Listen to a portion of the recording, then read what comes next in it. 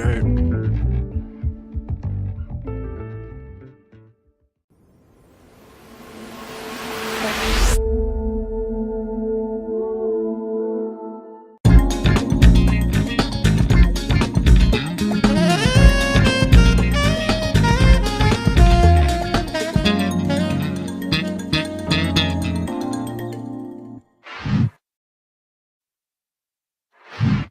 Greetings and welcome to another episode of Soul Talk, where we talk to cities and members of the community.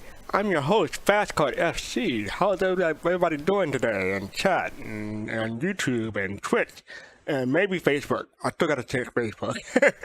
All this time I keep forgetting to check Facebook. Someone check Facebook for me, see if we're live on there. Anyway. Excuse me, I see Nomad 1701, and I think there's an announcement for Nomad, but I'll wait for it before I get the official go-ahead before I say anything about that. I see Pop, and I see New Soul. How's everybody doing? I know, and I think Jade is lurking in here somewhere. So how's everybody doing? You have one more week until Ahsoka. I'm excited. I'm getting ahead of myself. I'll probably talk about that later. But let's see, for me this week, you ride a smoke, hey, on YouTube side. For me this week, I watched Strange New World season finale, and I won't give spoilers, but I do like the series, and I think season 1 was stronger than season 2, at least when it comes to the writing. Or maybe directing, I'm not sure, but yeah, season 1 seemed to be stronger than season 2. I did enjoy season 2, but I mean, overall, and take the whole season together, I think season 1 was stronger. But I am looking forward to more seasons of Strange New World, Star Trek Strange New World, so check that out if you can. I finished the second season for All Mankind, and that's a great series. I don't know when I'm gonna get to season 3 because, like I said before, Ahsoka is starting in 6 days. So, but we're gonna have not 1 but 2 episodes when it first came out. So hopefully it won't disappoint. I mean, the trailers look pretty good. I try to stay away from trailers because I know if it's something I know I'm gonna watch, I watch maybe the teaser.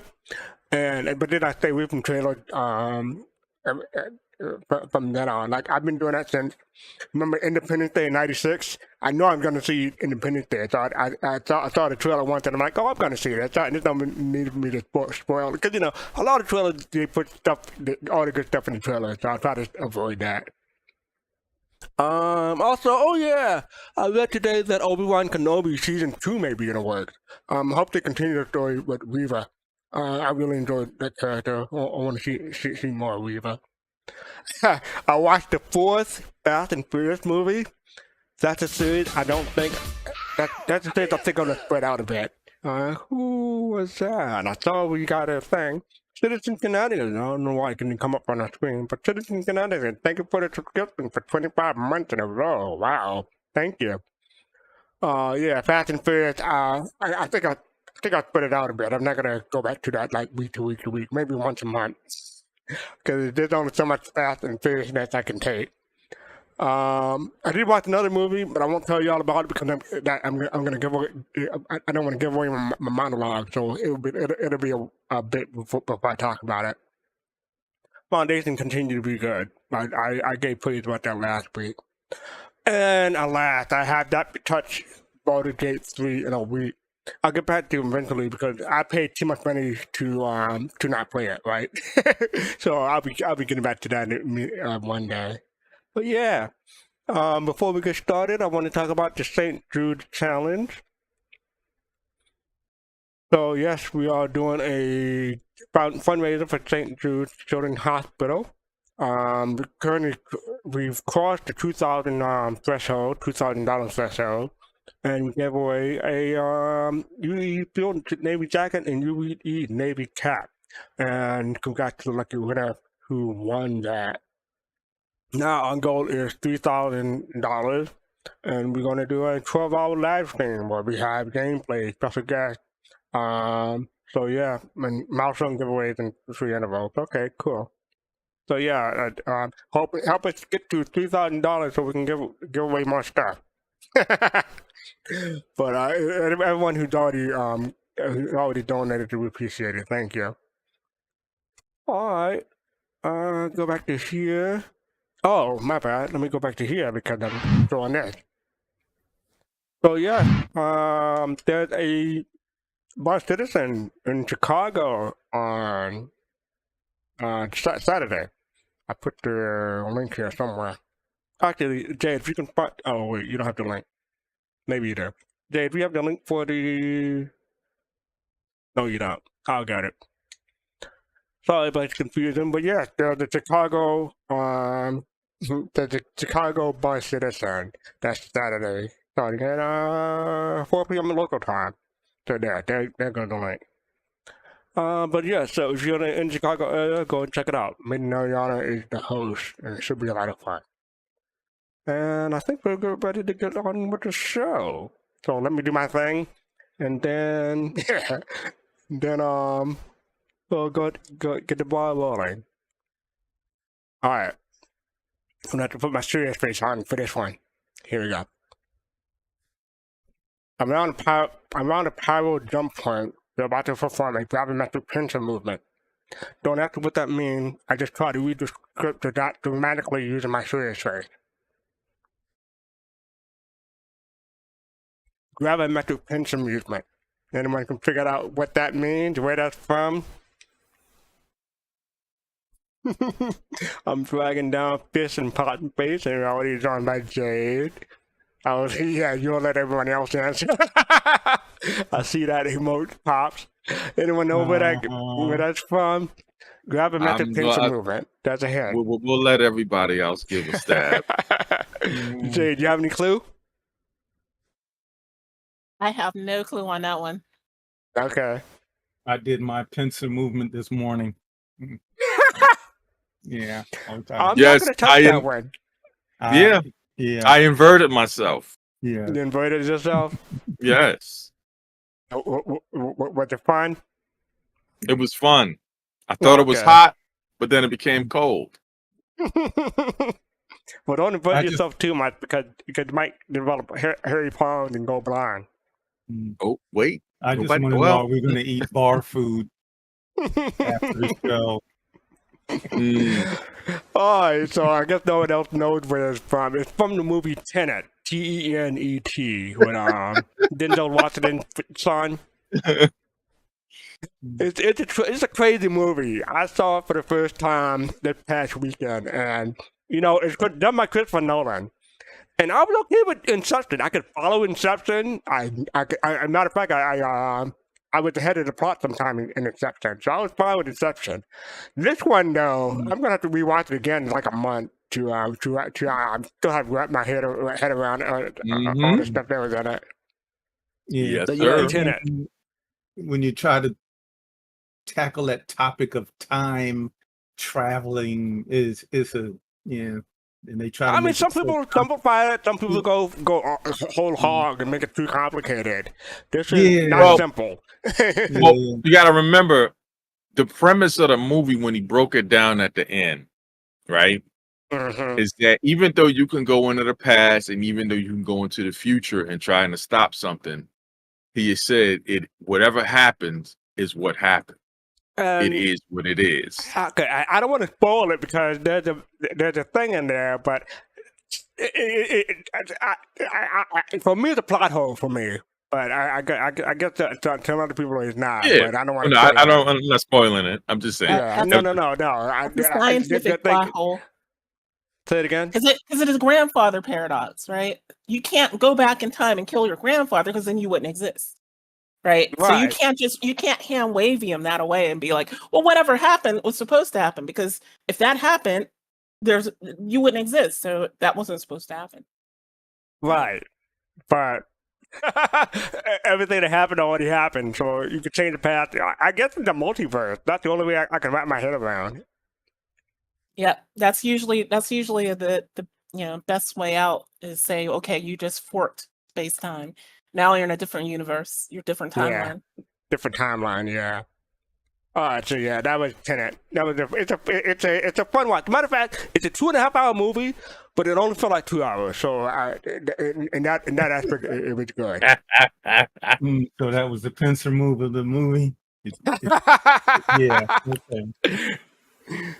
Yeah, Yep. Dr. Strange says wrong. In-game says wrong too. But yeah, we're not going to get. That's a whole other discussion for another time. We can talk about that after the show.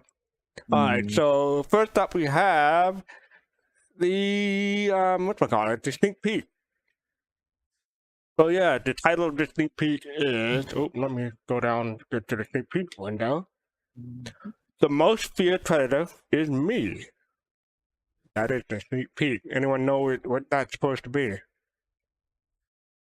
It's a cartoon wall engine. Yeah, it looks like some kind of thruster, probably Xion. So I'll go with Yeah. Yeah. That green is good evening, citizens. That green is that Santak Yai. That's that Santak Yai. Yep. Santak So let me go ahead. No, I was just gonna ask BBG if you ever played the game Half-Life, BBG? Oh yeah. Oh yeah. Now I don't know, this engine piece reminds me, isn't there a robot in there with one eye and the way it GLADOS or something her name? Yeah, that GLADOS, right. Right, it reminds me Yeah, that might have been an inspiration. Might have been. You have to spell it out. It's not pronounced GLADOS. I never played the game. I don't know. It's a good game. I don't know either. It's a good game. Yeah, it's highly recommended. It's an FPS shooter. It helps me to play those one-handed. Okay. Yeah, it helps me to play those one-handed. The last FPS shooter that I really enjoyed, that I was really good, did well at, was Dark Forces back in the 90s. I was younger, had better reflexes. I'll talk to you after the show about it. No, actually, that's not true. I did play Mass Effect, but I played a biotic, so I was using more force powered or magic powered than shooting around. I get you. So yeah, the sneak peek, the most feared predator. So Santak Yai, and CID put that on their Twitter for the sneak peek, and yes, a lot of people guessed the Santak Yai. So yeah, the most feared predator is me. What song is that from? No one knows. Okay. No idea. Yeah, I didn't think. I don't know either. But yeah. So thank you for putting the link in chat, Jade. If you want to come talk with us, click the link that Jade just put in, and have a discussion with us. We don't bite. All right. So up next we have. Oh yeah, the SCL. I forgot to mute. So here, this is from last week Friday. I watched this today. I didn't get a chance to watch it when it aired, but it's called Live Gamedev Mission Maker, and I have a lot of notes for this. Not a lot, but quite a few. But before I get to my notes, what do other people think of Star Citizen Live if they watch it? I saw some of it. I mean, basically, it's just. From what I could see, it's just basically writing out through their software, how a mission is constructed, and the variables that can go down that path and stuff like that they put in there, and how a single typo can trip you up, make you waste 20 minutes. Probably, yeah. I'm quite sure that's yeah. Well, I watched some of it as well, and what I got out of it was, even with tools in place, these things are going to take time. We'll learn more about tools in today's Inside Star Citizen as well. But with this one, this mission framework, this guy is competent. He has all the tools in place. Elliot, and it's still going to take time. In fact. Yeah. So, it is, what I was reminded of is that having tools to develop the game isn't the panacea for things to happen instantly. Right? It's still going to take some time. True. Yeah. BBT using those big words, panacea. I'll look that up later. Or maybe me too. It's not a big word. Panacea. I'm joking, guys. All right, so yeah, Star Citizen Live, and I did watch it today, so it is kind of fresh in my mind. But like BBC said, it's Elliot Maltby from the Mission Feature Team creates an in-game mission while sharing the process live on stream. So that is the summary. There was a lot of shenanigans, a lot of fun jokes, a lot of poking fun, especially at other people's expense. It was fun. Fun. I wasn't really feeling this until like maybe more than halfway through the episode that I got into it. One thing.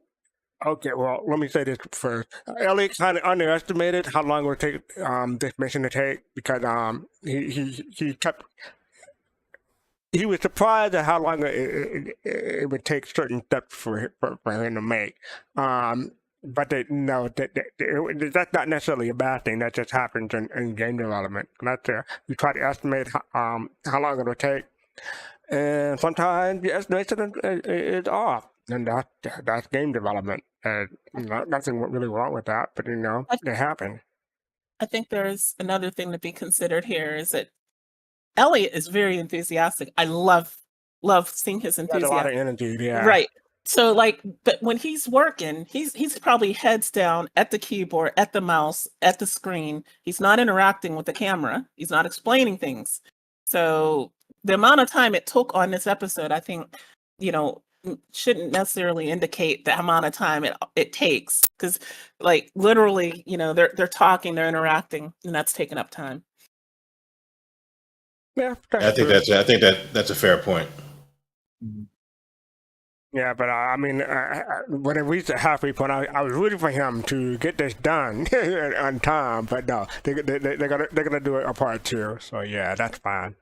One of the notes I made for myself is that I am paraphrasing. If I get it wrong, it's not on purpose, but this is what I got. But Jared believes that BioWare and Activision wouldn't do a show like this. This is why he does show like these. So yeah, that's how you feel about just like this when they try to make a mission within an hour. Sometimes it doesn't go as planned, but we all receive knowledge because of it, so that's fine. Yeah, I think he's right about that. I don't think the current BioWare would or Activision would do that. I think old BioWare might. How old are you talking to? Like original Mass Effect BioWare might. Original Mass Effect, okay, like Dragon Age BioWare. Right. But today's BioWare probably wouldn't. Right? Mm-hmm. Yeah, I agree. I could see something like maybe Larian might do something, but maybe not. I don't know. Yeah, I agree. Yeah, maybe. If anyone would, it would be Larian, in my opinion. One thing before we move on, the question that came up during the Star Citizen Live episode. So, has pet dispensers changed in the last 40 years? Do they eject pets at you instead of just gently pushing them out now? But Elliot was like, when you eject a pet, they come right out. And I was with Jared. No, they just get gently pushed out. What are you talking about? So has pet dispensers changed over the last 40 years? They must have, because they came out pretty gently for me when I was a kid. They pop out. Fastcart. You got a broken one, that's why. No, what'd you say, Jade? No, I said they just pop out. They pop out. They pop out fast. Mm-hmm. Yeah. Okay, the only so time I ever had one, they popped right out. Okay, that's weird. All right, interesting. Oh, but yeah, that is Star Citizen Live Game Mission Maker. So now I have another reason to feel old. Pet dispensers aren't pet dispensers the way I grew up.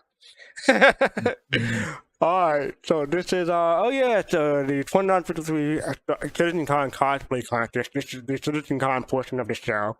Welcome to the mission forum for the 2953 cosplay contest.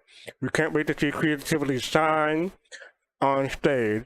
Since this will be our largest in-person event to date, you'll have your moan blown away yet again. They're hyping it now. Galactica's hyping it. We are now requiring all potential cosplay contest entrants to register prior to this show. So if you're interested in joining the cosplay contest, go to that thread that Jay put in and make a submission. But you do have to follow several rules, but you see the rules on the screen. And the application deadline is October 1st, and the cosplay contest is the Saturday, October 21st, so the first day of CitizenCon. And you have a whole bunch of other stuff, like they're showing the previous cosplay contest. I believe that is 2019, maybe. Yeah, 2019, I think. And that looked great. I mean, I'm pretty sure I know this person. I know this person. I can't think of his name right now, but I know this person. Sorry, I can't think of his name right now. Been a while. But yeah, so yeah, the cosplay contest is good. Go ahead and enter.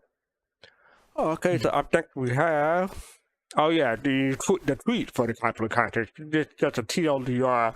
Let your creativity shine on stage. Doing epic prizes by participating in the CitizenCon 2023 cosplay contest. Application deadline October 1st. We need details of the previous link that we showed. And yeah, they showed a group photo of our cosplay contest. And online, I guess that's how you pronounce it. They say, "I will never forget this legend." Let me scroll down so people can see. Yeah, he went full baghead. Even though he was told not to. No, I mean he wasn't the only one. There's two bagheads, right? You see that on screen? Yeah. But that's what happens when you say, "Don't do this. Don't do it." Yeah, exactly. Don't do it. Don't cosplay with that baghead. No, they did it anyway. But if it's this year, if I were going to be betting, which I'm not, if Mighty Heidi enters this, it's over. She's going to win easily. Yeah, that is the Seagullion in the white and sitting on the floor, kneeling on the floor. Sorry. Yeah, so cosplay contest is always a fun time. It does take about an hour during the presentation, but you know the prep and everything takes like months. So that is not something I'm able to do, but I enjoy watching it. So yeah, it should be fun this year. I can imagine there's going to be a lot more people too, maybe twice as many. That's my feeling. All right, so up next we have, this is JR Design Fabrication made this tweet on our site, the official Star Citizen account retweeted it. But this is from today. Throwback Thursday is a special day, special one for us. It is a 5.8 meter dragonfly. It took 3 months from concept to delivery. This model needed to have enough structural integrity for attendees to climb on, whilst giving the illusion that it's floating. And that is one picture. I think there's 3 more. It's another picture.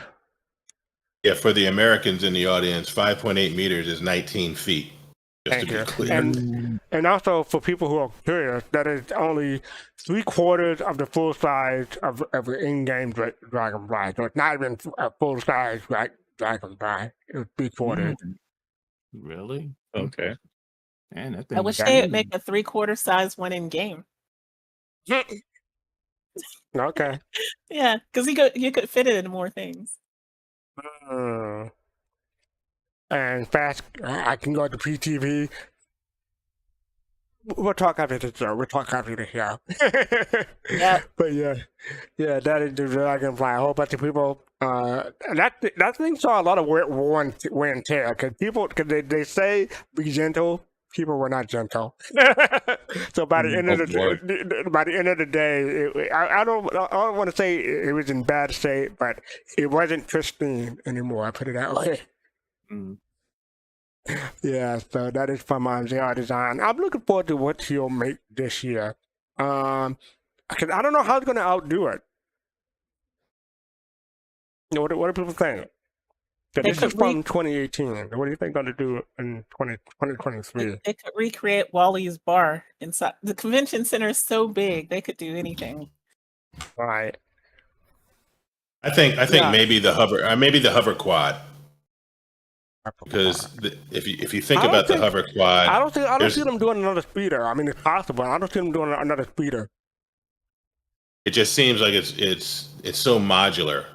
And the hover quad is like several big pieces. It makes it easier to do, in my mind. I've never done That's this, true. but in my But mind, I don't think they do things because it's easy. I think they do it because I heard to steal a famous quote. Yeah, I'm thinking that is a something famous like quote. I'm picturing something more like maybe a STV or something along those lines, something bigger. I was thinking a Fury. Ooh, And, ow! I mean, it's not that I mean, big. if they have could. enough lead time, it's possible. Yeah, I mean, because I mean, I'm saying that how big the place is. I don't know if they would want to do like an MSR. That would probably be way No, too MSR big. probably too big, but I can see a Yeah, Fury. Fury. That's what I was MSR is like a thinking. theme park attraction ride. I mean, I mean, especially, I would especially on love the that. tunnel. Yeah, I would love Fury that. is an MSR. I'm sorry. Go ahead. Steve. no. The Fury is an interesting shout out, Pops, Mm. because it's 7 meters long. So 3/4 Fury. I mean, you got a lot more height, right? Mhm. And a bit more width, but you're not going much longer if you were to do the 3/4, maybe in a half size version. Yeah, of the but Fury. it's a lot more material. Yeah. Like, how you gonna do the glass, the front cover? That'd be some hellfire work, Pops, if they did an MSR. I want to know how, if they did do one, how would they do the elevator? The MSR, yeah. Yeah, let's stop talking about the MSR. Let's stop talking about the MSR. Maybe that's something down the line, but not this year. Not When I this year, said the don't think. MSR, I was thinking something that was way out of range, but Oh. Yeah, I don't. Okay. I don't That think they're mean for gonna. real. I don't think they're gonna do a big ship, like. I think they're gonna do an interior space or like some locate recreate an immersive location.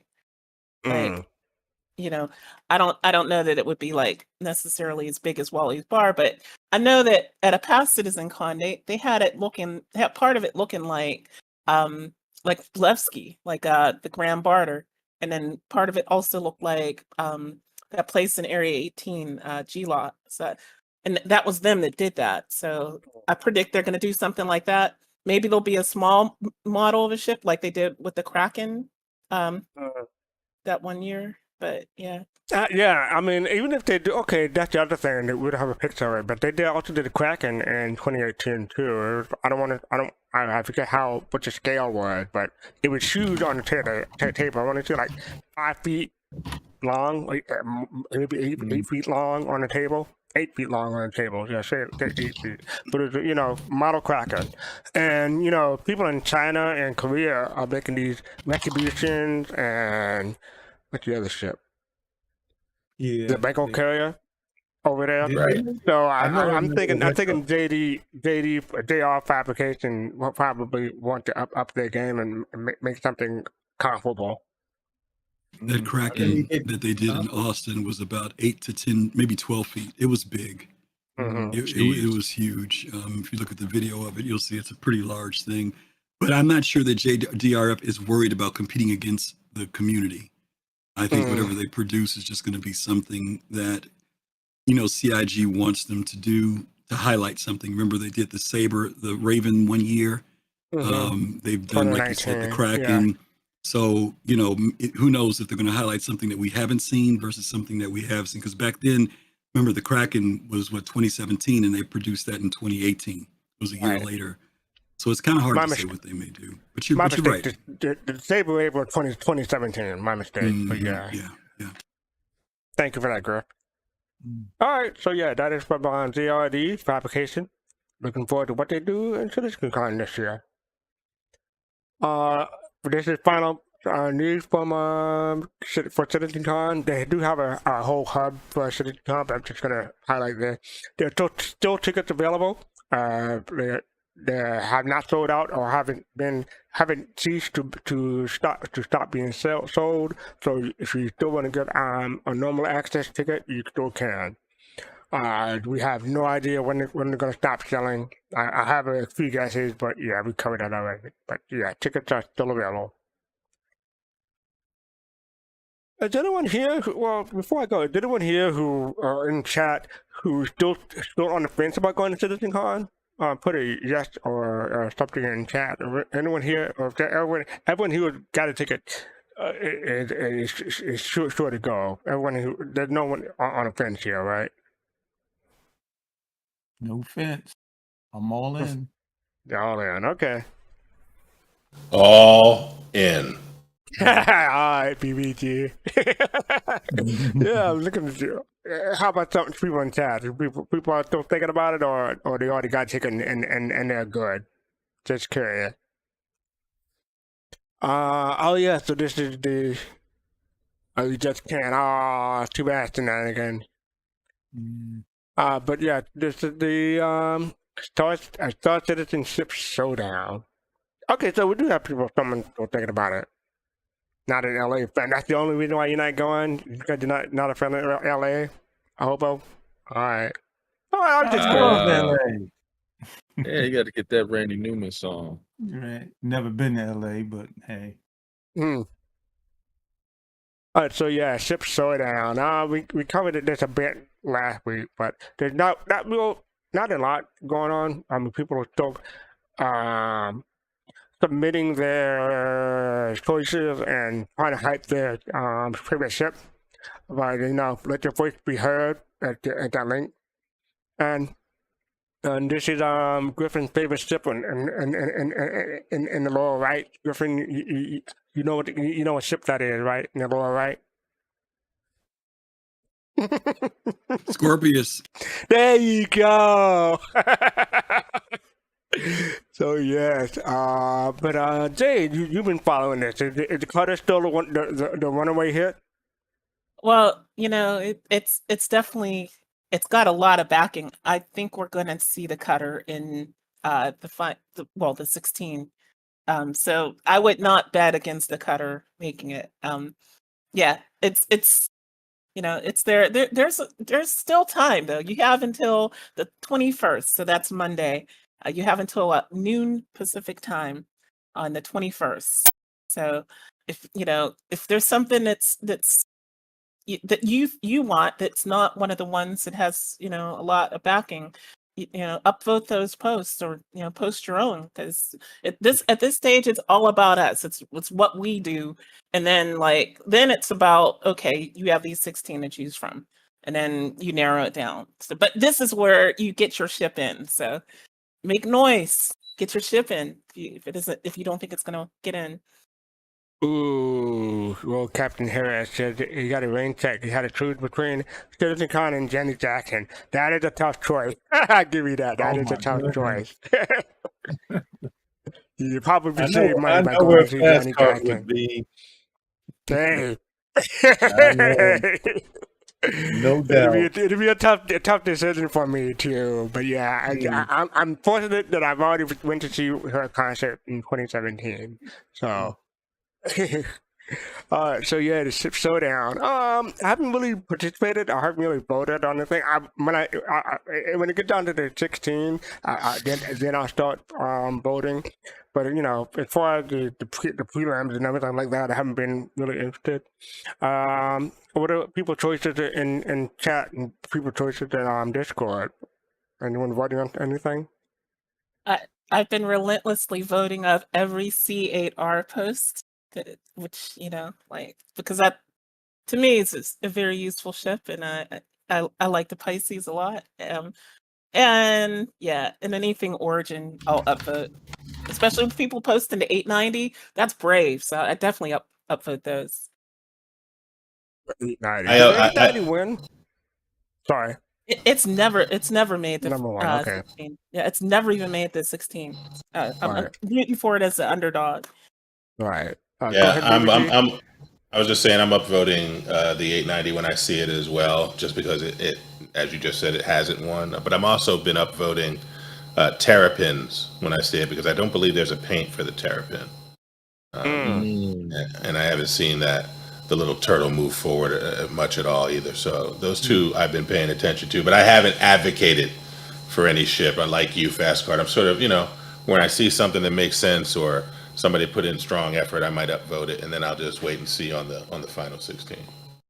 Yeah, the first ship that you see on a Twitter thread is Cutter. So yeah, I mean, as a joke or ship meme, is gonna win again. It's gonna win again. So I mean, you can forget about your favorite ship. I'm just being real. Oh no, no. They put in a different thread, and I put in the battle trolley. Yeah, I saw that. You were like, "We can vote for this, right?" That cracked me up. Yeah, one day, man, one day. All right. So yeah, that is the ship showdown. Next week, we'll get into some media discussions when we finally get the 16 choice here. So that'll be interesting. Looking forward to it. Oh yeah. All right. So okay. So this is something from Spectrum. I'm just going to read the title. I'm not going to read the whole thing till we get to the dev post. But Spintow TR66 asked, huge FPS improvements for a high-end GPU, but restricted in user config. So that is his question. And then he put in a whole bunch of stuff and a whole bunch of case config file. But Sylvan CIG said, this ping didn't reach me, but I just saw it by coincidence. Let me make it clear. Changing the variable for R shadow pool size and R Fourier shadow pool size doesn't give you any performance benefit. To the contrary, it will increase GPU load and memory because the shadows will be at higher detail. So it might look better, but it might decrease your performance. But yeah. And that is the first one. I think there are. Hold on. Nope, that's the other one. Wait, let's go down. No, there it is. I knew there was another one. So hold on. Another pilot is addressing them. Said, "Hope you're doing well." Something from Pillar to Post. So okay, can't wait to see engine update followed by Vulcan.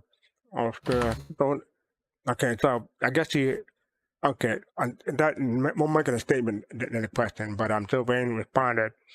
Most of the engine team is very shy, and he doubt that an ISC episode about us will ever happen. Hopefully he's wrong about that, but we'll see.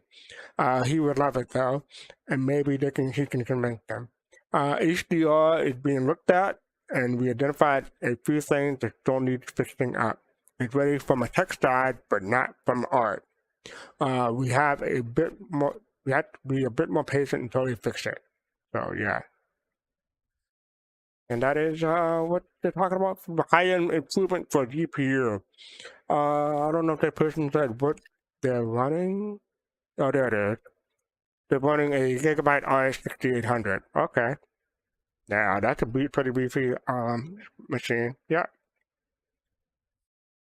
So yeah, what do people think? Would you want to improve the way stuff look even if you take a hit on performance? I'm not really into doing that right now. I think it depends on the person too, right? Because like it depends on the person. Like yeah. I'm asking you specifically. Yeah. Yeah. For me, like for some of the stuff I do, I take the performance hit just because of like recording something or taking a screenshot. But for the most part, no, I leave it close to default settings. I don't tweak it too much. I probably would want to increase the quality of the shadows, even if there's a slight hit. That's me though. But that I know not everyone would want to. But I would. There are several user config profiles out there. People put up their special files and say this is what it looked like when I had played the game. Some people have it so that some stuff look hyper realistic. Some people have it so that it's more like color saturated. The sky element. So if you have a specific look that you probably find a user config for it or certain settings to mess around with. Yeah, I think I am. I'm like Todd Howard on this issue, where he said he was willing to go with 30 FPS to have a stable and complete visual experience. I am too, right? So I mean, had it I'm not not- been had it not been the case for 10 years, 30 FPS. No, okay, Right, it's been right. getting better I was gonna say. I was gonna say I'm used to it anyway. Exactly the point. I'm used to it now anyway. 2.6 back in like 2016, 2017, we could only dream of 30 That's 30 FPS. FPS, Yeah. And when 3.0 came out, we could only dream of 20 FPS. So yeah. And remember when Origin came out, getting 5 FPS, if that? Right. Yeah. Oh my goodness. Fun time. But yeah, so up next we have fire effect input. Just a question for the dev. I'm going to skip down and read through the question. Do you guys have firefighters you consult with, or just the fire VFX developers going along with what they think looks cool? He's talking about the hot fire doesn't really look propagate realistically. So Leo responded, "Hi Stroker, thank you for the question. The fire propagation does handle this case already and more.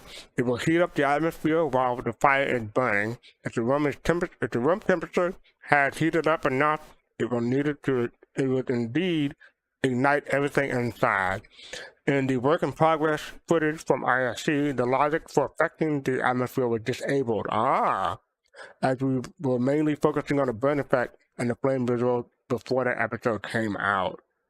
So yeah, that's why it wasn't reacting the way you would think fire would react. So yeah, any thoughts? I said, go ahead. No, Jay. go ahead, BBG. No, because I said most of what I'd say today last time we talked about it. So go ahead. Well, I was just going to say that I thought that this was healthy community, right? You had a VFX show that showed a feature from a VFX perspective, not from a gameplay implementation perspective. The community asked the question, right? Is this how this is going to be? Because, maybe you might want to consider these other things. And then the devs had a response for that I thought clarified, right? So these are one of those back and forths that I think, for reasonable participants in this project, is the type of community engagement that we want, so that we can understand. So we saw something, we were shown something, we asked some questions about it, and we get some answers from devs. This happens a lot more often than the detractors and the sodium sodium folks would admit. But I just wanted to point it out because sometimes we just have to point out like when it goes right. And I thought this Ask the Devs around this issue was a perfect example. And Yo-Yo Mac, thank you for the raid for 19 folks. Welcome, Raiders. We're covering what's going on this week in Star Citizen. We're talking, covering some Spectrum posts right now. Talking about the fire effect from the previous VFX ISC. Leo was talking about how they disabled a certain variable to make the fire, to show how the fire burn rather than make it look realistic, but it will act realistic in the game when everything is turned on. So that's what we cover. And then up ahead, we're gonna cover IST, and we're gonna cover Machinima. But we got a few more Spectrum and threads to go through before we get to that. Thank you, BBC. Yeah, Jay, you covered what you were thinking previously, correct? Yeah, no, I'm good. I said everything I needed to say last week. All right. So yeah, that is a fire effect input. So cool. I mean, I'm kind of scared of how hard it's gonna be to fight a fire on your ship, but we'll see. You're going from fire to rain. This is from Kinji 84. Is the rain VFX hard to do with this engine, or just way less of a priority than they person thought? We have dust, we have snow for 4 years, and now since Planetech VTech 4 and all the weather effect, it's only been 2. Aberdeen is just treated as hotter dust. Tomato King responded to the question, but then Leo responded, this is the correct answer. It's not a super high priority until we have a bit more dynamic weather coupled with thick and gray rain cloud. We also need the environment to get wet dynamically and dry up over time. Just a little detail, but we care. So they want to add more realistic weather effects. Seeing stuff dry up as time goes by, that'd be interesting for us, especially in cities like ArcCorp. So that'd be something. Don't get me started on ArcCorp and rain. Until it has its oceans, it doesn't need rain. It doesn't need rain. Don't even. Get its oceans. Then we will worry about the rain. All right. Yeah, I mean, ArcCorp, it would be that perfect cyberpunk city, like from Blade Runner, if it had rain, right? So. Yeah, but it would also need the oceans. It also needs to have them for dynamic or for the weather to make sense.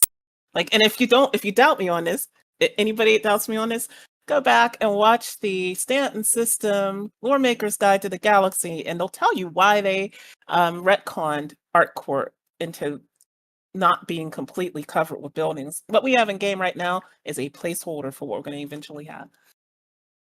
Fair enough. Thank you for that. So yeah, that is rain. So I'm looking forward to the more realistic weather effects. But who knows when that'll be? That'll be maybe one of the, I don't want to say last names, but down the line, put it that way. My guess. All right, up next we have, the winner for the Arlington Games screenshot contest. So after much deliberation, this is from Freya. We finally have top 3. Please join me in congratulating our winners. So first place we have Stash Hoop Hopper. Second place we have Stickman 9000, and third place we have Mishlock. The victors will receive their prizes in a few days, and it was an extremely tough call to make. So I believe this is first place. Oh yeah, so the thing was getting a shot of the Idris at the end. So that was the whole thing, and that's a pretty good shot. But the Inferno. Yeah. And look, it was actually hitting the ship too. Amazing. It can hit big ships. That's what it's intended for. It's a ship like that, right? And this is, oh wow, I don't know if you want to get in front of that thing, but yeah, they're brave enough to do that. Well, the question is how many tries did it take? Yeah, I don't know.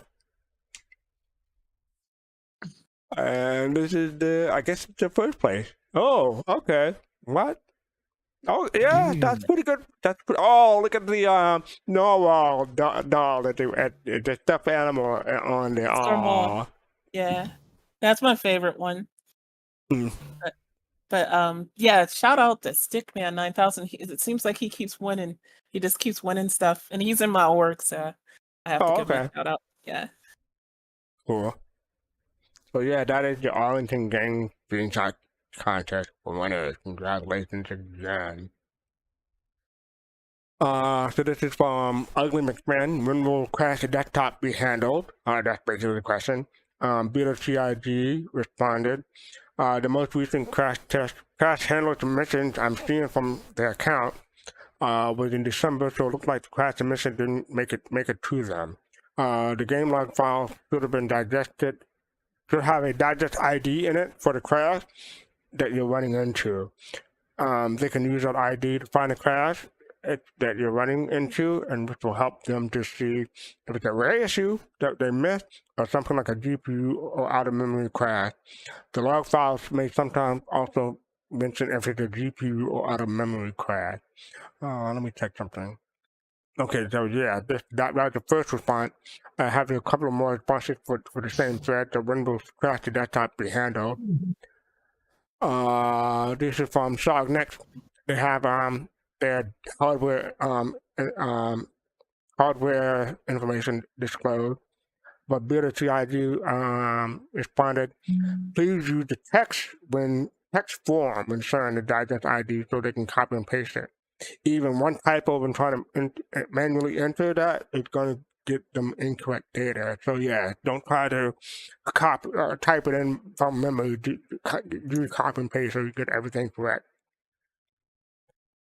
And the final thing for when crash the desktop be handled, they received the digest ID, and they said the digest ID in the log file pointing to crash that happened while it's rendering something.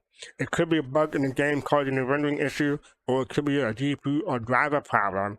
Since they're not a graphic programmer, they won't be able to say for certain, so they'll find the issue to get it looked at. So yeah.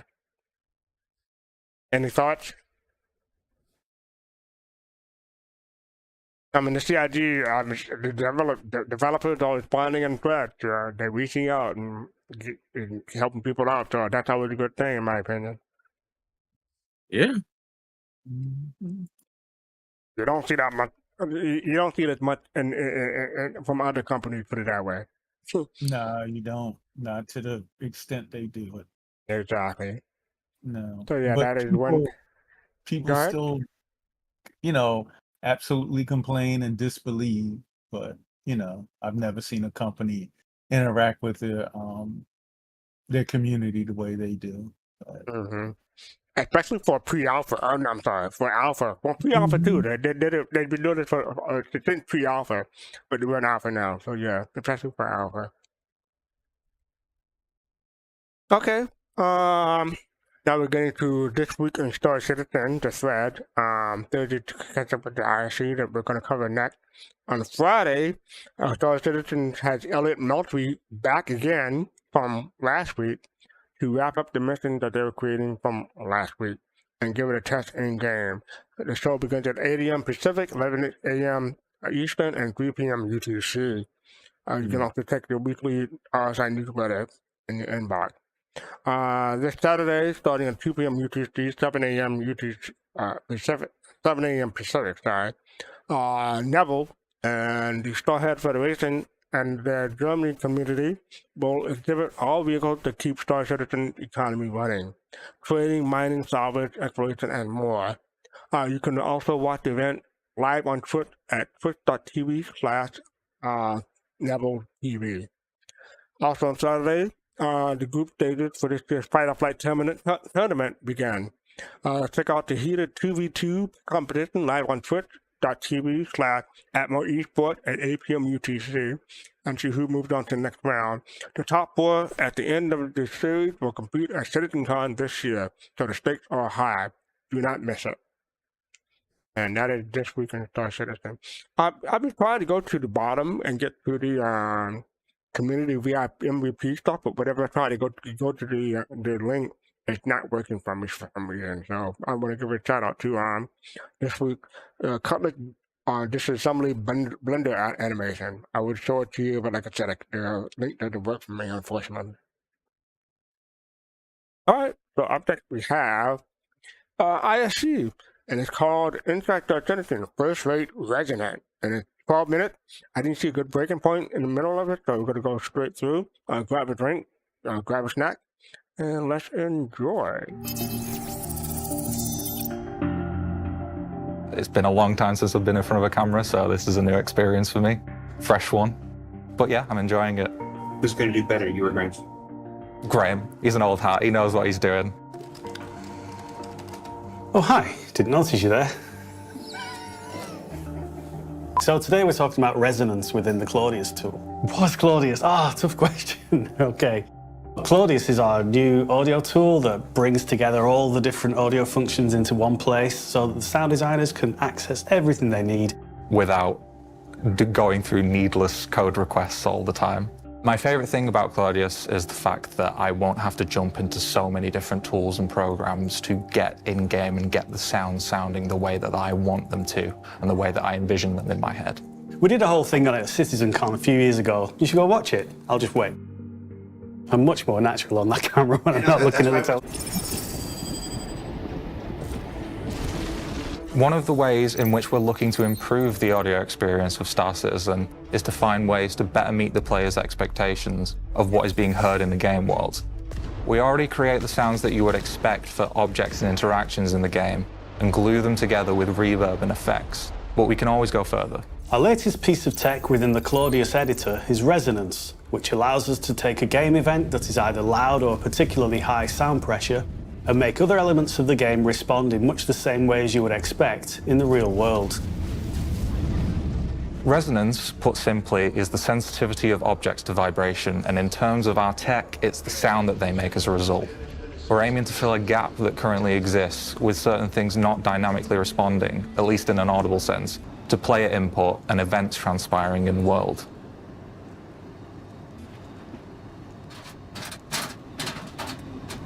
We want to add another layer to the soundscape that just sprinkles a little more life into it and makes it just that little bit more real. You're there, you're experiencing it.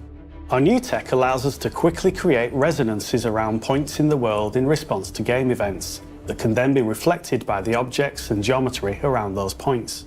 We can add a resonance driver node in Claudius and set the size of its sphere of influence and also how long it takes to decay to nothing.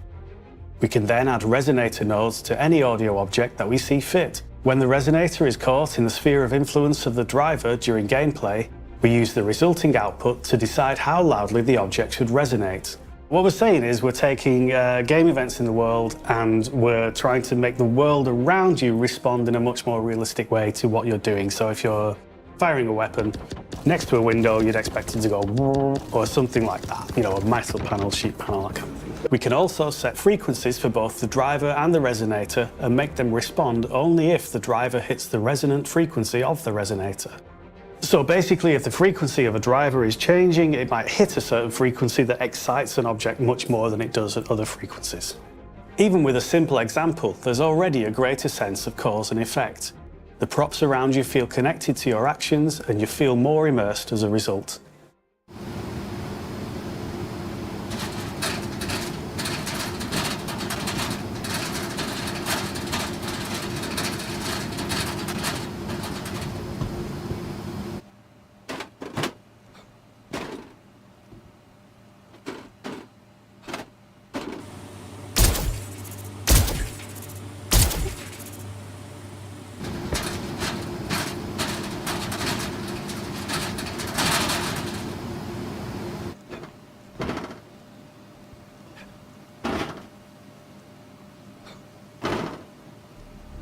This being implemented via Claudius in the straightforward visual logic-based scripting way means that getting your sounds in-game and working is just that much quicker.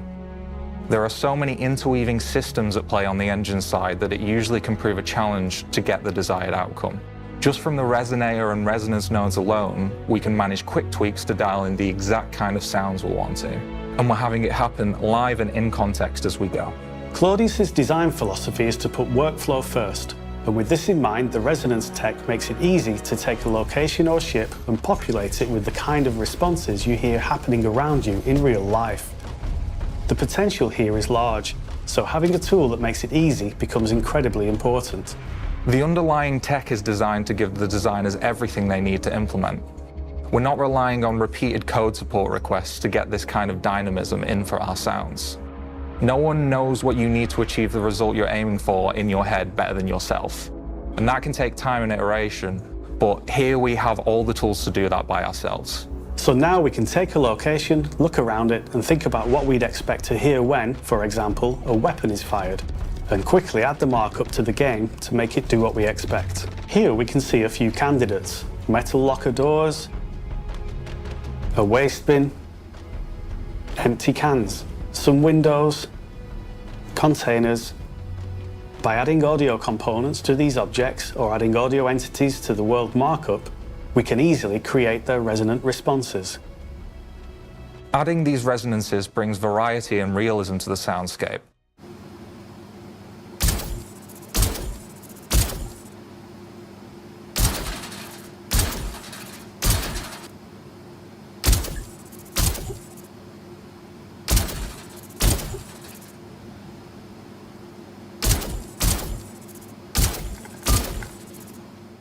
So we're no longer just hearing weapons and reverb, we're now hearing the objects and materials around the player too.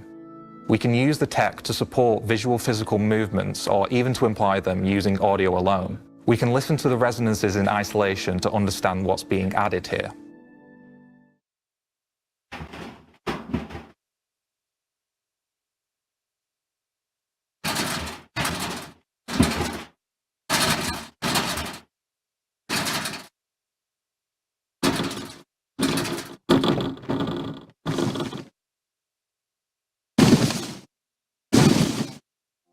This system is hooked into our propagation tech, which allows sounds to respect paths through rooms and doorways to reach the listener, normally the player.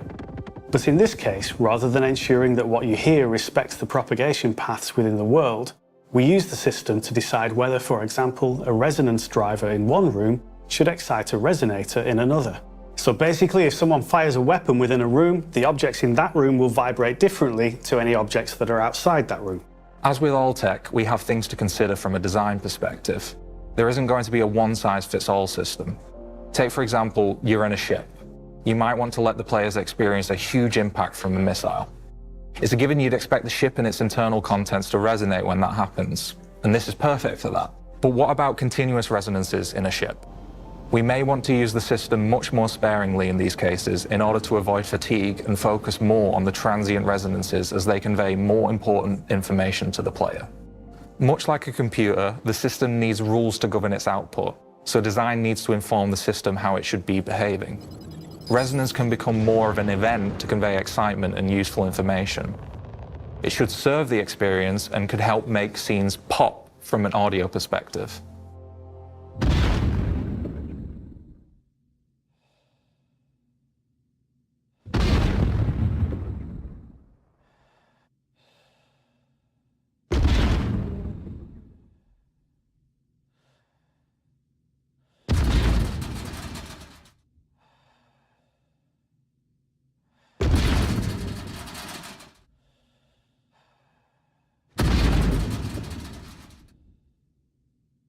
While we have the option of using propagation to ensure that resonances don't travel through walls or geometry, we can see that there are cases where we may want it to do just that.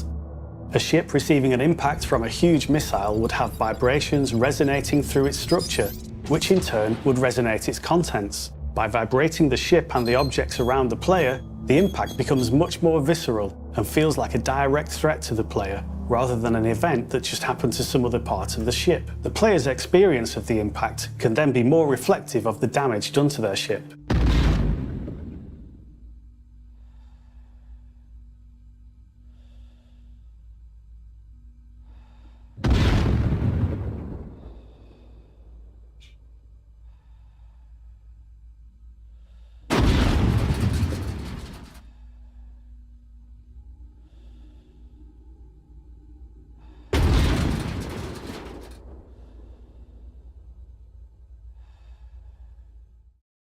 So this is cool because if you have a huge impact that's hitting your ship, yeah, if you're in the cockpit, you can see the impact, you can really feel it there.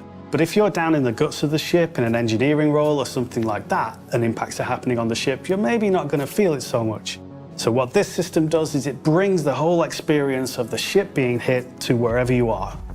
Resonance also sits nicely alongside our physical audio system, which handles the audio for the physicalization of props and objects in the world. You can already hear audible actions in the game, such as objects being thrown, rolled, handled, or impacted. This adds another layer to that physicality. Though with resonance, it doesn't need to be beholden to the physics of an object. Claudius and its underlying engine, SIG Audio, have been designed with rapid feature development at their core. Now that a lot of the hard work under the hood has been done, we're able to quickly develop and iterate on features such as resonance that allow us to improve the experience of Star Citizen and enhance immersion to create a living, breathing world. As with all Claudius features, this is available to any object in any context, so its use doesn't even have to be limited to what we've shown here. For example, we could use the blast radius of an explosion to drive the player's ear-ringing effect using the same system. Or we could affect mix changes within the radius of an event, such as a large explosion, ducking the other sounds around it to make even more room for impact. The tools are developed with creative freedom in mind and ultimately encourage experimentation. So usually the graphics and the visuals get all the headlines, but to us, the audio is equally, if not more, important. And we hope that you'll feel the same when all this work comes online. How'd I do? Good. Thank you. So what did we learn this week? Well, we learned that Claudius and its procedural audio tools allow for the systemic propagation of sounds in ships, stations, and space above and beyond. And that reverberations don't just mean the events around you sounding and feeling as they should, they can also lead to tactical and gameplay implications for combat, wear and tear, and much, much more. Now, don't forget that Ship Showdown is heading into the top 16 in just the next few days, and of course, the Mission Spotlight is still underway. And then, of course, we're only 9 weeks away. 9 weeks away. 9 weeks away from CitizenCon 2953, the now 2-day event at the Los Angeles Convention Center, and tickets are still available. For Inside Star Citizen, I'm Jared Huckabee. Thanks for letting us share the process of game development with you, and we'll see you all here next week.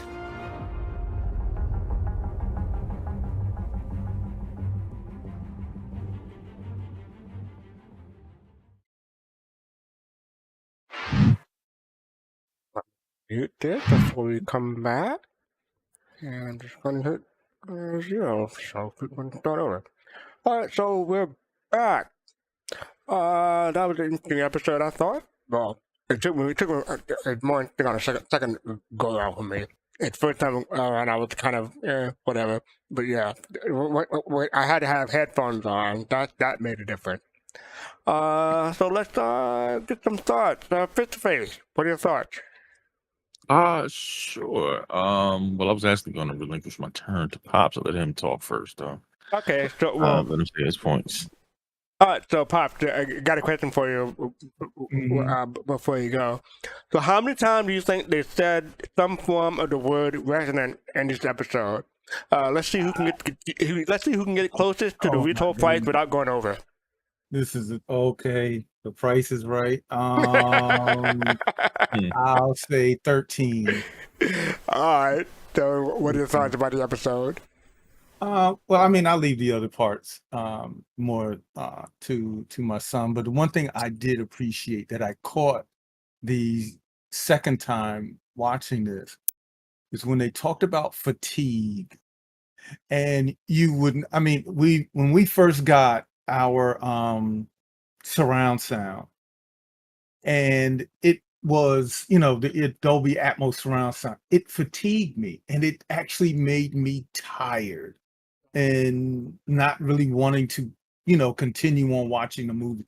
And that's very, very important, because if your ears get worn out from all of the, the sounds, and like he said, if you're an engineer and you're standing in that engine room and you're in there and that sound is just overpowering, you'll leave the game realistically, because it's going to wear you out, and you actually feel tired, from listening, which is I thought, which is really a great point. And as they went through all of the, talking about the resonance and the vibration, which I think is, I would love to get my hands on, or at least get a better tour of Claudius, and to get that understanding. But one thing I really want, though, those Genelecs. I want those I know maybe those are the speakers that he has in his office. I've been wanting, and you know how much those speakers cost? I think it depends on which one they are, though. It depends. I'm quite sure he has a $12,000 version. No, he had to work from a CID income, so I don't know about that, Pops. They don't make as much money, remember? Ooh, I mean, those speakers right there. Well, actually, you know what, Pops? Those are wait, hold on for a second. I'm looking at it. They aren't the ones that connect to Ethernet, so those aren't the digital. Those are the those aren't the digital. Yeah. Oh man, I was gonna say he's a CID developer.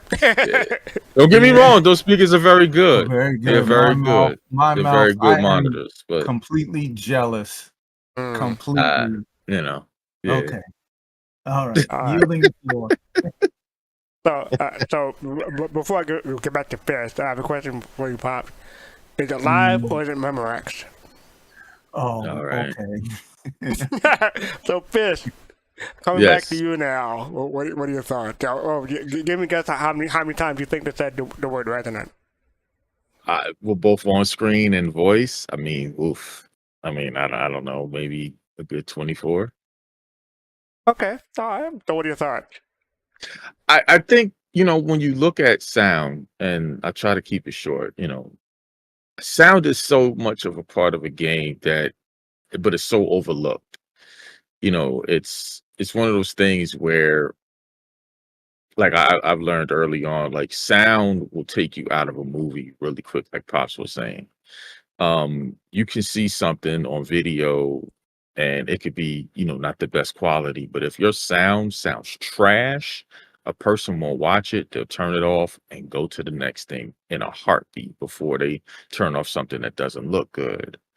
With that being said, though, when I look at what they're doing in this game to be able to give you a more realistic feel about something, I haven't seen any other game do this, and this is a testament to their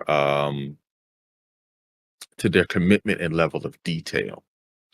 Um, you know, just seeing how the way the tool works, Claudius works, I'm impressed as to seeing where they're going with it. To be able to say, okay, well, listen, because I mean, to be honest with you, most gamers will be fine with just hearing a gun shoot down the hallway and hearing an explosion.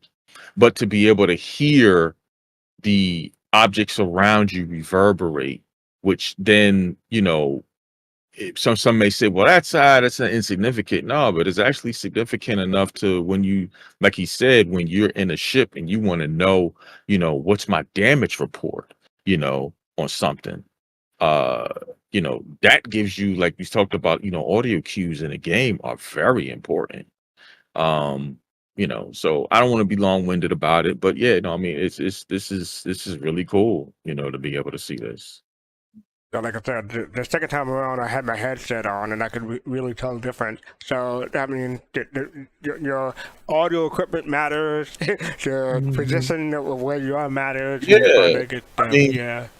again, I would like to know, just real quick, I would like to know again, because I'm starting to kind of dabble into Dolby Atmos mixing, and stuff. So I would like to know, how they will handle that, because you can go from Dolby Atmos down to binaural, for headphones for, kind of creating that simulated effect. So that will be an impressive feat to see. I don't know. I mean, because I know it's out there. And also, you got to remember, this is on YouTube, so YouTube has compression algorithm that, Correct. YouTube is not the best.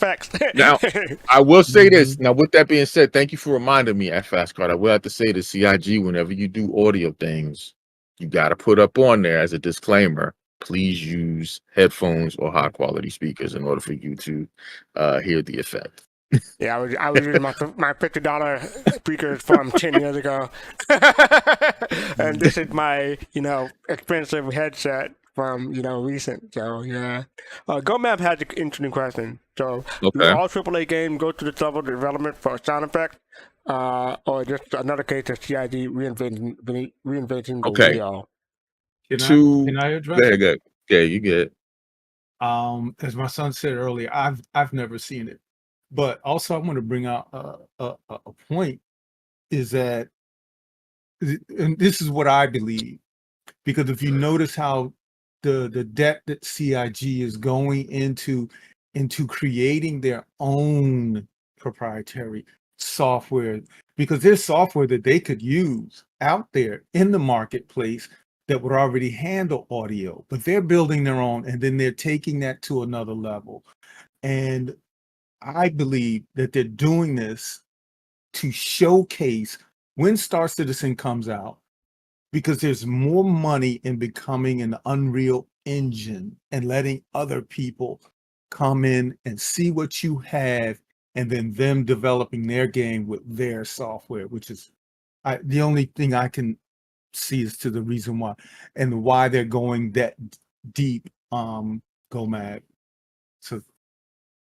Yeah, I mean, sound and video games and stuff like that, they're always pushing them to each other. I mean, there's friendly competition between each other.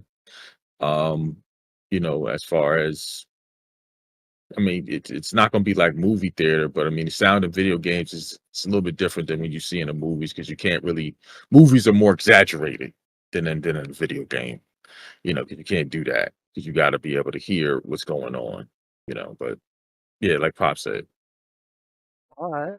Thank you both for that. Admiral Kusanagi, what are your thoughts? Hey guys. This was actually really interesting for me to see because if you guys remember, I've even just a few weeks ago talked about the YouTube video, The Tail Gunner, a Star Citizen experience, where the group of individuals went inside of a hammerhead and made the sound resonate between like getting hit with heavy shots and stuff like that. And I was like, this is what we need in the game and all that stuff. And just looking at it right now, it was made like 9 months ago. So I'm assuming that they've been working on this for a while, but for them, I was hoping that this is what they were going for, and I'm ecstatic that this is what they've actually done and what they're trying to achieve here. Because I was just blown away by that video on YouTube again. So, I mean, of course, the fact that they're talking about, changing the audio dynamics of like when if you're in a gun battle and you're going from one part of a room to another, say you have a metal wall next to you, and then you go to an area where you have a plastic or a glass wall next to you, and the reverberations are going to change there. That's certainly unexpected, but I mean, like, certainly welcome. So I'm just like thrilled that they're putting this type of technology into play. Star Citizen is like at the forefront of like doing gaming differently, and this goes to show like they're not leaving anything behind. And how many times do you think they said the word resonance of some form or another? Before Fist was saying anything, I was going to say 22, but maybe he's got me much. But he said 24, but I'm going to go with 22. All right. BBG, what are your thoughts? Yeah, I thought this was a lot of things I would say have been said, particularly by Pops and Fist already. I come to Star Citizen as a lifetime supporter of Elite Dangerous, and Elite Dangerous has been nominated for several years in Golden Joystick area for Best Audio. And Matthew Florians, who was their audio designer, has done several videos showing how in-depth they go with the purpose of, one, making things sound pleasurable, to Pop's point. Like, if it's annoying, you're going to be out, right? But two is making sound instructive, right? So when you hear something or when the sound changes, that tells you something that's happening in-game. And it seems like with this resonance feature, this is a component of how Star Citizen is doing it, and to Gomab's point, doing it even deeper, right? Like going even further, taking an initial further step than we're seeing across the industry. I like the idea that I might be on Pop's ship or Griff's ship or Jade's ship as an engineer, right? And we're getting bombarded, and I can tell by the resonance what type of weapon we're being hit with. And that might shift as an engineer what I repair first, right? Excellent. And you're gonna have a good ear though. Well, we might get used to it, right? Right. Go, that's a size 5 torpedo, right? So, or that's guns, or that's a laser repeater. And my hope is that deep in the bowels of the ship, this type of technology, sound wise, and what gets vibrated and what resonates will be part of how we then understand what's happening on the outside and take action. So this is the level of detail that I was hoping for in this game. This is what I'm talking about. And I was very pleased, to Admiral's point, of the evolution of this tool. It wasn't just talk. We're seeing them now show us the things that are getting done with the result of the Claudius tool. So very exciting. Cool. What did you guess for? I'm gonna go. Yeah, I'm gonna Price is Right, Pops, and go 14. I'm gonna go 1 up on 13. Okay. May I say something though? To BBG brings an excellent point. Go ahead. That we in this game will probably be one of the games where we will have to train our ears to listen, not just other things, but have our ears as developed as other things in the game besides eyesight in this game. And I think that's really interesting. Good point, BBG. I really do, though. Jade, you're up. Yeah, yeah. So, okay, sorry. Yeah. So, this is, this is really interesting, and I like how they've carried on with what they showed us back in the CitizenCon 2021. Yeah, it was 2021. If any of you really like this episode, I urge you to go back and watch that presentation. Yeah, that was the first that was the introduction to Claudius, correct? Yeah, it was introduction to Claudius, and I think it might have been the introduction to CIG audio too. I think that was the first time they really. Well, no, really they've been doing audio stuff for a while. Like they used to be working with Wires, Yeah, no, but WWI. I'm saying like their own tool Yeah, is yeah, yeah. CIG audio. I think that was the first time we were introduced Right, to like yeah. it along with Claudius. But yeah, I like this a lot. I know that for this particular episode, I'm always going to be critiquing this. This, of course, is all like work in progress stuff.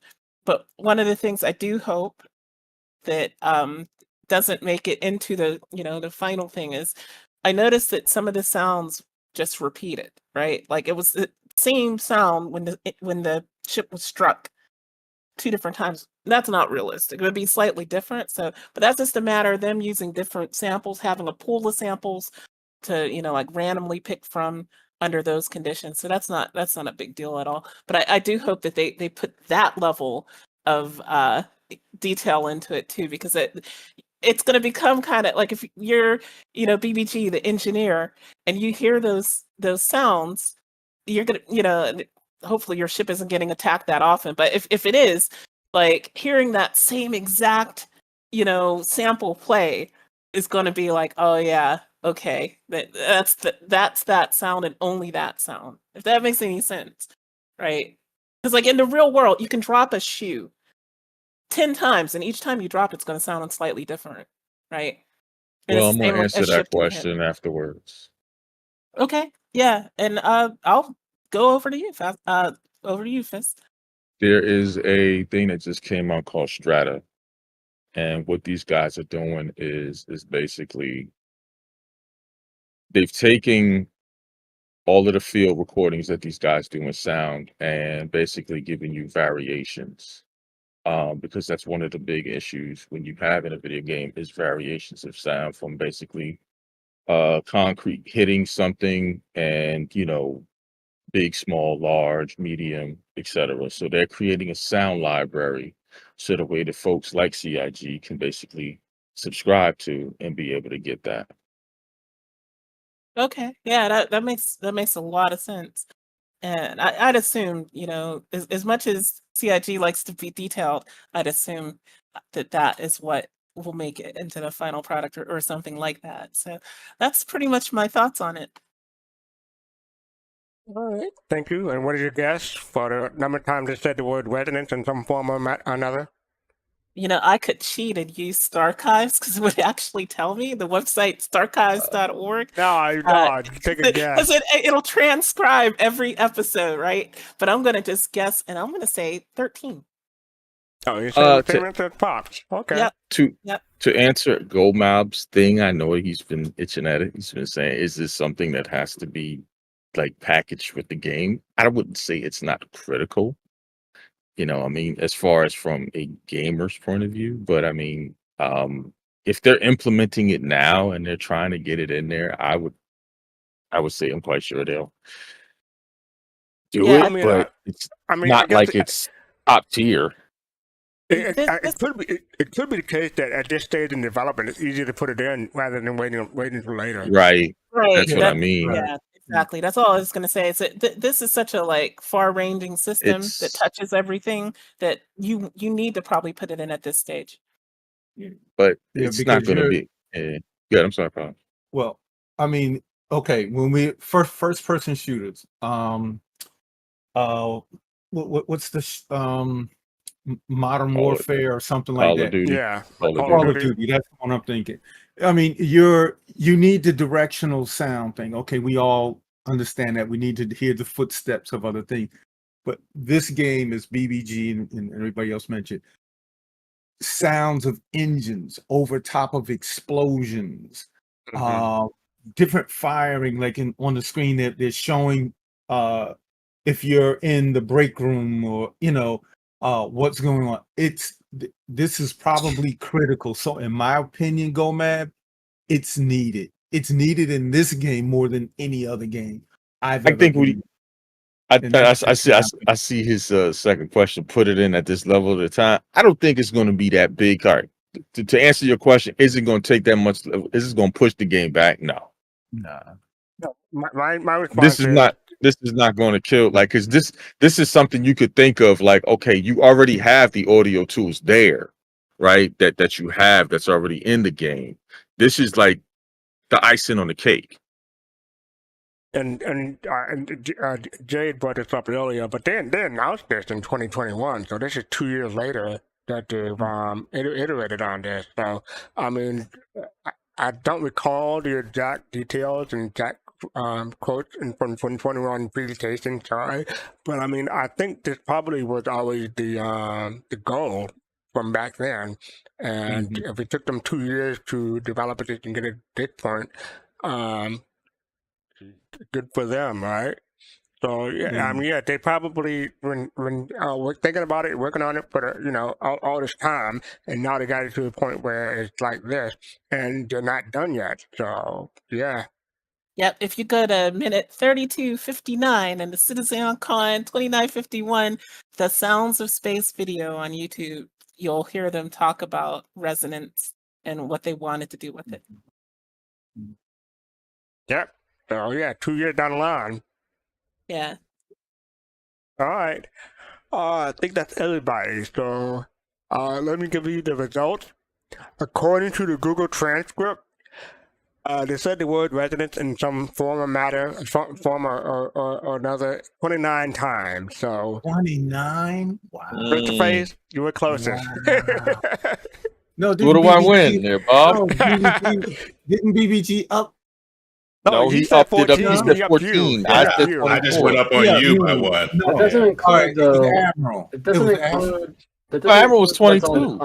I said 22. It doesn't include what was on the screen though. So if it had said like no resonance or residence, yeah, include everything. Include everything. No, how's it pick that up though? AI. The word. I'm up to 31 That's why I now, said. and I've had 15. Oh no! I'm talking about the how much time they said it. Exactly. Okay, that's what I'm saying. I'm Yeah, 4 sad. minutes in, and I've got 31. So... Admiral, we're not winning anything. It's not like I'm not getting a double dog. I'm not getting a double dog. Don't worry about it, Chief. But that's Admiral, the detective, right, Admiral? Yeah, but right? the thing is, Admiral still would have lost because Face at 24, so he would still have been closest. Admiral's living up to his reputation. But I do want to say, I got this Space Above and Beyond reference that Jared made at the end, so and I appreciate him for making that reference. So yeah, like I said before, when I watched this earlier, I didn't have a headset on. I was listening to my speakers, and I have like $50 speakers. Because I have crap hearing, so why go all out on speakers, right? But I do have better headset because I want the audio on the mic. So yeah, it night and day. I know to use a cliche, but yeah, the difference is night and day. Listen to it on the headset, and I agree with Fitchbase saying they probably should put a disclaimer or something at the bottom of the screen saying listen with headphones. I say that it's kind of a joking thing because when I listen to, I agree. It is something that they do. Like whenever I listen to a lot of audio demonstrations from plugins, they always say in there, please, put on, headphones or listen to it through high quality speakers. I'm just teasing at them. Oh, well, hey, it makes sense to me because, like I said, I didn't hear the difference until I put this on. One last thing is that he said 9 weeks away from CitizenCon, so just over 2 months. Just over. Yep, just over. Yeah. Wow. All right.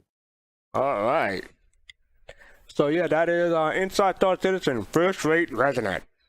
And no, the title does not count, Kusanagi, just letting you know.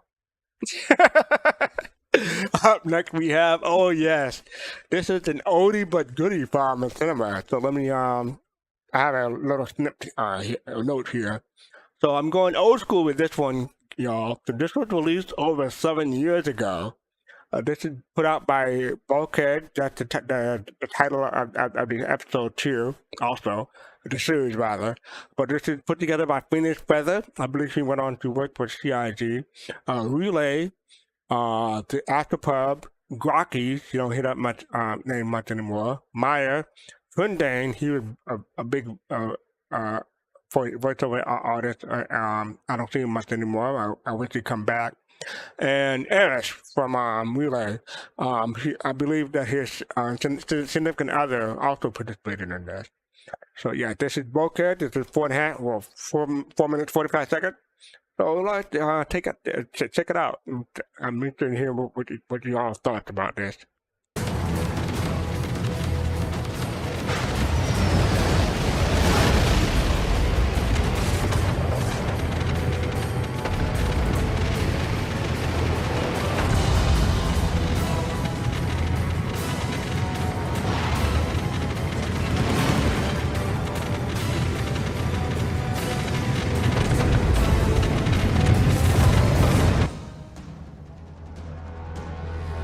Intruders detected.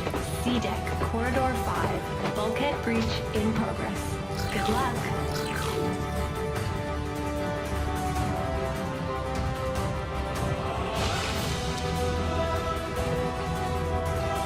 Okay, this is it, Brock. Are you ready? Hell yeah. But, what if they come through another door? You're joking, right? Well, I mean, what if they just want us to think that they're gonna break through this door, but they go use another one instead? Brock, Command just told us they were coming through this door. Yeah, well, what if they're wrong?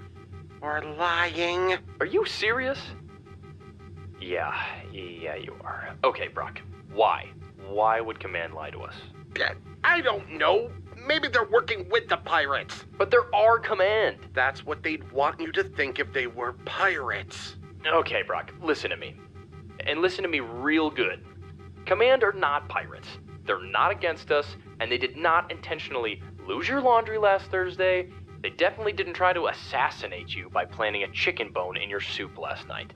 Now please, we're about to be attacked. If we could just concentrate on that door there for just like 1 single minute. Okay, but it goes past that, doesn't it, Kane? Think about it and add everything together. First, there's the crew. Look at us! The cooks poisoned us half to death with salmonella the other day. And then remember when someone accidentally turned off the barriers on the flight deck and Jake and Trevor got blown into space? It's madness. Madness, I say! Brock, just listen to yourself. I mean, it's like you're saying that the guy that put itching powder in your underwear is out to get you. It's just a prank. These are all coincidences. Maybe just a bit of bad luck or something. But, I mean, what about that time that shipment of avocados fell over on Jerry? Faulty storage equipment, my ass. Or what about when those stock rifles backfired and blew up in the faces of those 2 grunts? Second-rate ammunition? Starting to see a pattern here. Okay, fine, Brock, even if you have a point, we're gonna get blasted if they come through that door and we're not ready. Hostiles down. Sweep the corridor. Tight pattern. Keep low and stick to the walls. Roger. Roger! Stop saying my name! Shut up, Roger. Attention. Simulation terminated. Pirates win. Again. I repeat. Oh, look at the little babies taking a nap. Brock, I should have you spaced out the airlock for this. Yeah, if Command doesn't do it first. Bulkheads! Are you two sleeping on the job again? You two had shields, and you didn't even manage to get 1 single shot off at the enemy? What are you gonna do in a pirate or a Vandal attack? No, wait, I know what you're gonna do. You'll die because you're useless.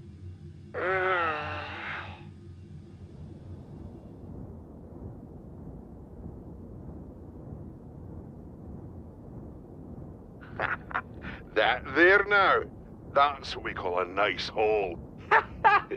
Good joke, mate. Really though. What's our target? Did I sound like I was joking? You thick, mate. It's a bloody Bengal!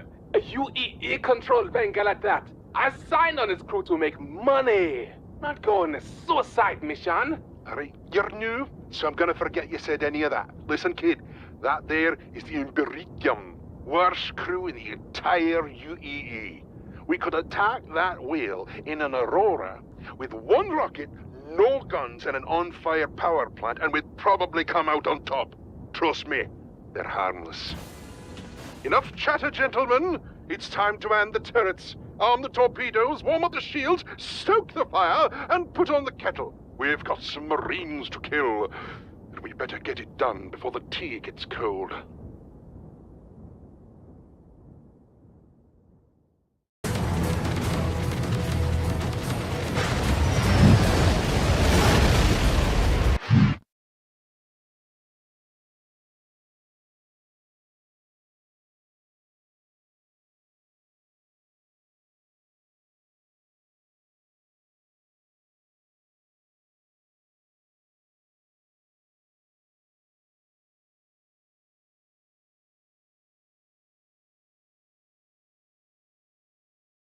And he's laughing to himself. Oh,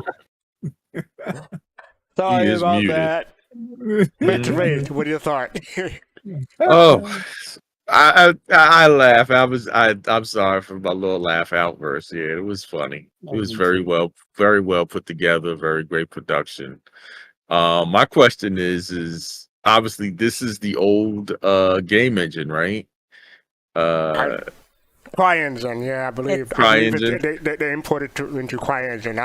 I'm not sure they had access to start engine at this point. I know exactly what they did because I was in their Discord server around the time they did this. They imported assets. They exported them out of Star Citizen and imported them into CryEngine. I think it was like 3.7. It's definitely CryEngine 3. Okay. I just was curious because I was like, why did CIG take out the shields?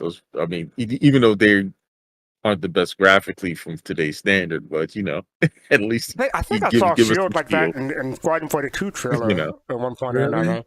Yeah, I believe so. No, I mean, I was just looking. I mean, but again, very well put together. Very well done. Kept me engaged the whole while. That's me. That and this is 7 years old. I believe it holds up. But do you agree? Yeah, I mean, all it's got to do is have good writing, though. I mean, because like I said, if you have good writing, good actors, the voiceovers were very well put together, the production was very well put together. I mean, the story holds up. yeah. Okay. You don't have to Michael Bay everything. True. What were you saying, Pops? No, this was funny. I loved it. I loved it. It was hilarious. And besides Jade, has anyone not seen this before? Had anyone seen this before? Sorry. No, I have not seen it before. Okay. I'm not sure. You're not sure? All right. Yeah. Cool. So Pops, any other thoughts? It's fastcart because we are doing the thing we're doing. I got so many thoughts. I'm not. No. Come on, because I am just wondering how did they, and I want to know. And yeah. Well. Oh man. Yeah. You done got him rolling. I have a question. Did this just add to your workload? Is what you're saying? Oh my God! I'm sitting here. I'm about to go and tell my son we need to get some shields now. Oh my God! Is that going to cost you another $35? Oh my goodness! Oh my goodness! All right, I'm Chris Nagi. What are your thoughts? I thought it was great. I mean, I actually didn't think this was that. I didn't know it was that old. I mean, now in retrospect, maybe I saw it. I don't know, 5+ years ago, but I thought it was kind of new. So, and I think that goes to what Fist was saying was like, when you look at an old movie, if it has a great story, a great script, it's just a great script.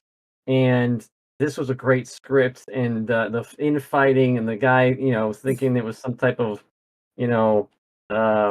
stuff that we can all like think is on the news right now between different news organizations. You're like, oh my god, this is definitely on both sides of the aisle there, and then these guys talking about how we could like raid it in an Aurora on fire with one like rocket. I thought that was hilarious. And the guy with this guy comes in talking like he's like on a sailing ship, talking about lighting the stove up and getting the fire going or whatever. It was great. It was really good. I liked it a lot. Did they ever do any more? Yeah, they got episode 2, Yeah. and I Really? believe I forget when they stopped, but Phineas Feather had to stop because he got hired by CIG. But they have at least Oh, I want to really? say Wow. 3 or 4 episodes. I have to look, but yeah, I can 'cause, tell you go ahead. they stopped after Letters from Vega Part 1, and I'll talk more about that when you come around to me. Okay. Oh, you done, Kuchanagi? I'm done. Can I? BBG. Oh, what? Pops. Sorry, Pops. I just want to ask a question. Are you going to show more episodes, FC? Yeah, I was thinking about doing this Mhm. as a one-off, but now because of interest and I think we'll come back for more episodes. So yeah, I don't know if it's going to be next week because we may have something fresh hot at the press by then. But yeah, we'll come back for more. Okay, thanks. BBG.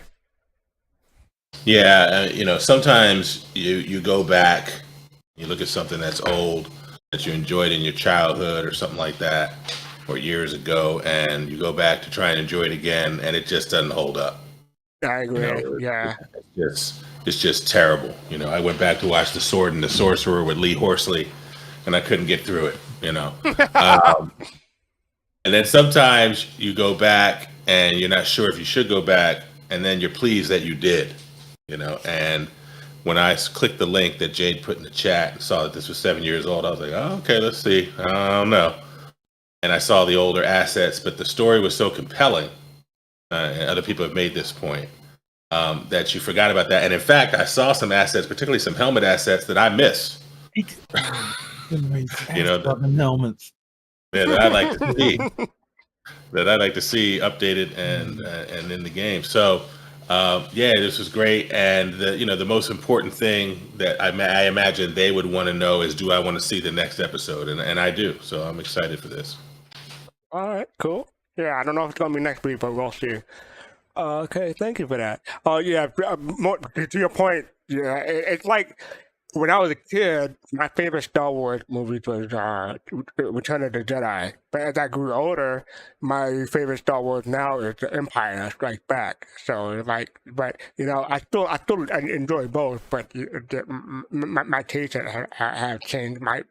Well, I don't want to say I matured, because we know I still have the maturity of a 12-year-old. So, but my taste had developed. So, yeah, to your point, some other stuff like maybe Flight of the Navigator doesn't hold up for me, but the way it did. But yeah, I hear you.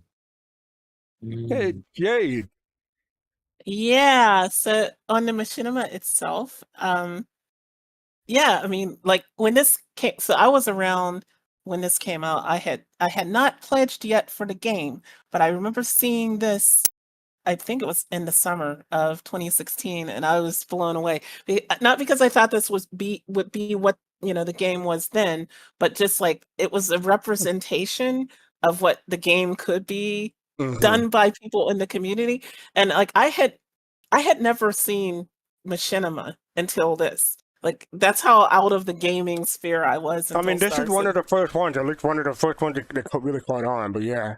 Yeah, and like I was like, wow, I want to learn how they how do they do this? Like because I recognize the helmets and the suits and stuff from the game itself, from what I was shown of it, and I ended up on the Discord server, and like there were so many people, like you said, from the community who who worked on these, not just this one, but then like further down the line that now work for CIG, right? So like there was a guy named Terrellian that got hired, Alex Shaw, aka Alex S189. When you see some of those cinematics, like the reunion, for the MSR and some of the those commercials, these are the people that did it. TJ Long, the aka Fiendish Feather.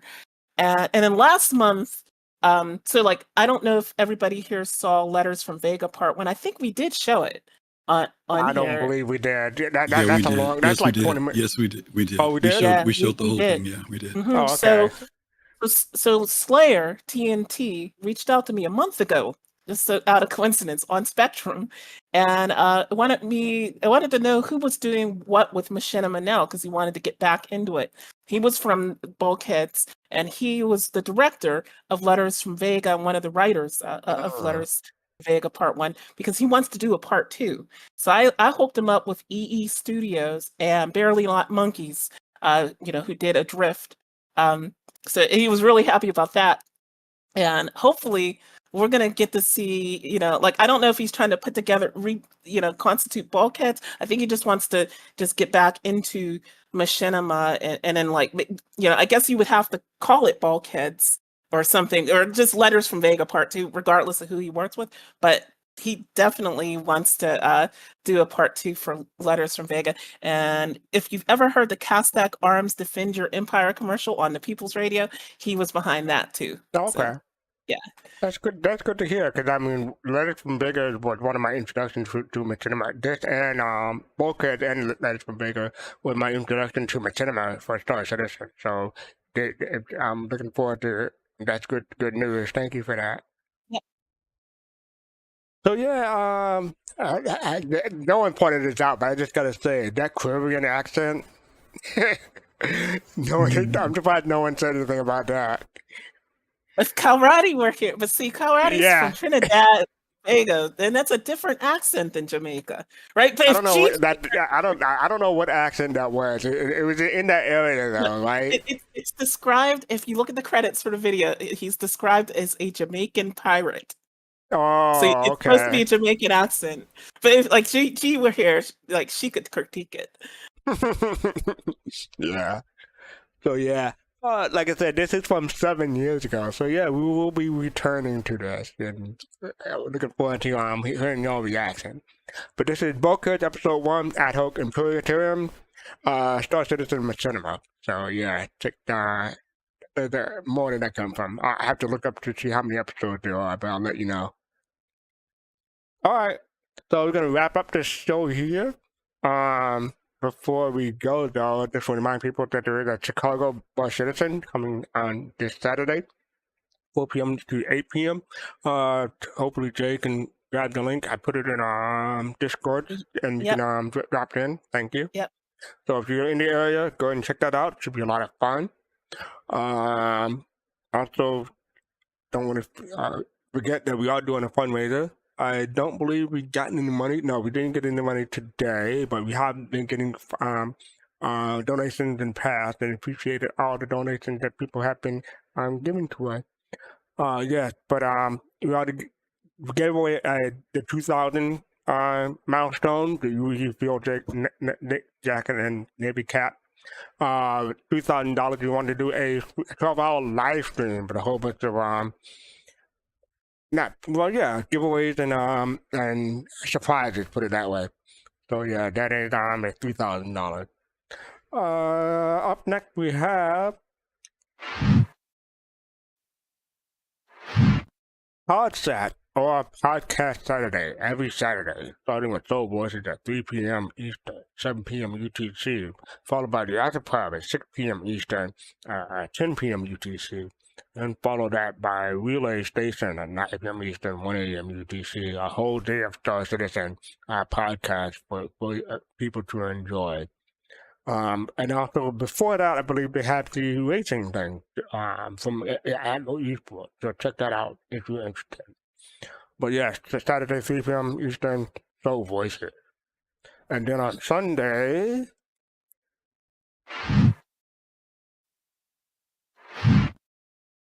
ArcCorp System Tour ArcCorp, I should say. So yeah, the lore of ArcCorp system. Previously we did, what system was it? Was it Lorville? You did Hurston. Hurston, thank you, Hurston. And this time we're doing ArcCorp. So yeah, that is Sunday 8 p.m. Eastern, midnight UTC. Season 2 Art Club. Just check that out. Should be a lot of fun. And if anything, like the previous episode, it's going to be a load of information. So should be a good watch. I won't be on it. So if I hear anything about rain, just you got a preview tonight. Okay. All right.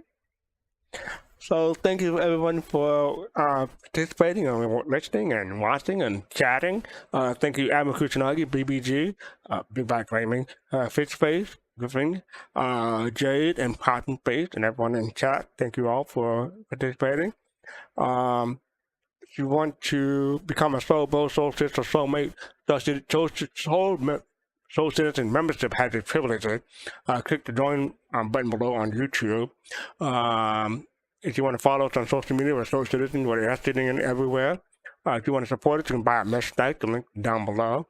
Make sure you hit like, subscribe, and follow. If you want to keep up to date, hit the notification bell icon. And I believe that's it. So we are going to be rating, I don't even know how you pronounce that, girlfriend, Vinter? Or Reventer? We're going to be rating Reventer. So check them out and tell them you came from Soul Citizens. And with that, peace, love, and soul. Take care.